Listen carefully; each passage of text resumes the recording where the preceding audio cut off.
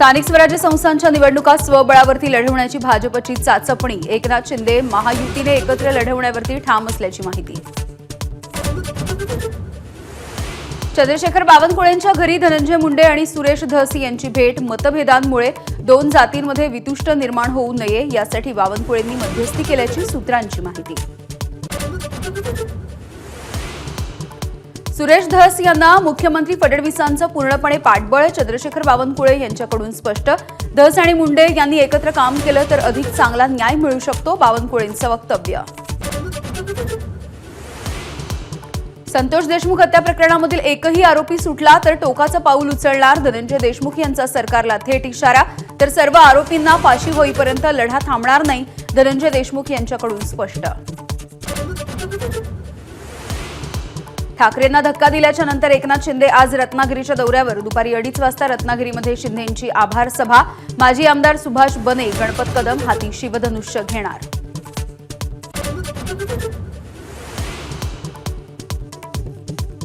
नाशिकमध्ये मनसेचे 20हून अधिक पदाधिकारी आणि कार्यकर्ते भाजपमध्ये प्रवेश करणार। महानगरपालिका निवडणुकांच्या आधी नाशिकमध्ये मनसेला खिंडार। गेल्या महिन्यातच राज ठाकरे यांनी घेतली होती पदाधिकाऱ्यांची भेट।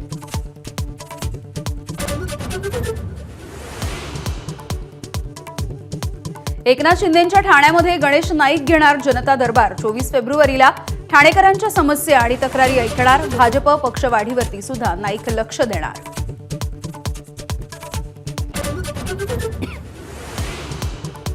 न्यू इंडिया बँकेच्या माजी मॅनेजरकडून बँकेच्या तिजोरीवरती डल्ला। 122 कोटींचा अपहार केल्याचं उघड। पोलिसांनी नोंदवला गुन्हा। बँकेतील अनियमिततेचा तपास आर्थिक गुन्हे शाखेकडून सुरू।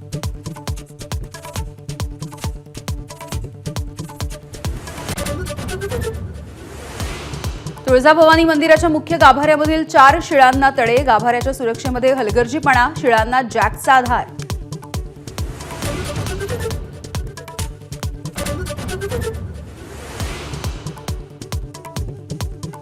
शनी शिंगणापूरमध्ये शनिदेवालाच आता ब्रँडेड तेलानं अभिषेक करावा लागणार आहे।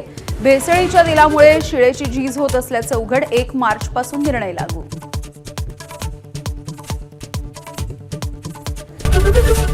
एबीपी माझा, उघडा डोळे बघा नीट।